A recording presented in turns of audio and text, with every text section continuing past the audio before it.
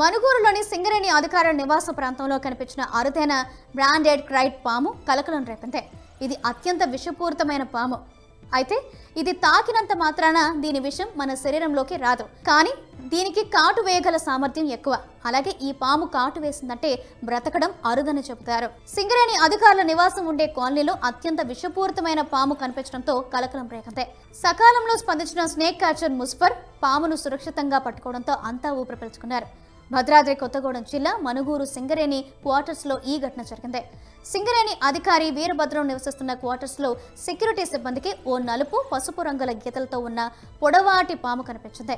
వెంటనే snake catcher Muzaffar కు సమాచారం అందించారు.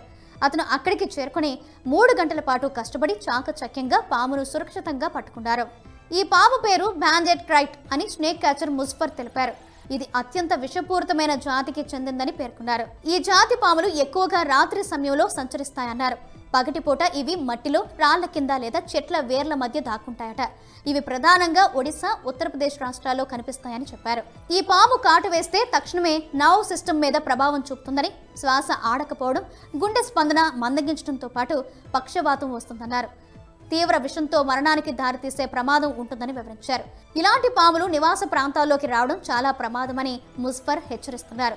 ఇవి కనిపించినప్పుడు ఎట్టి పరిస్థితుల్లోనూ వాటిని హ్యాండిల్ చేయకుండా వెంటనే స్నేక్ క్యాచర్కు సమాచారం ఇవ్వాలని సూచించారు.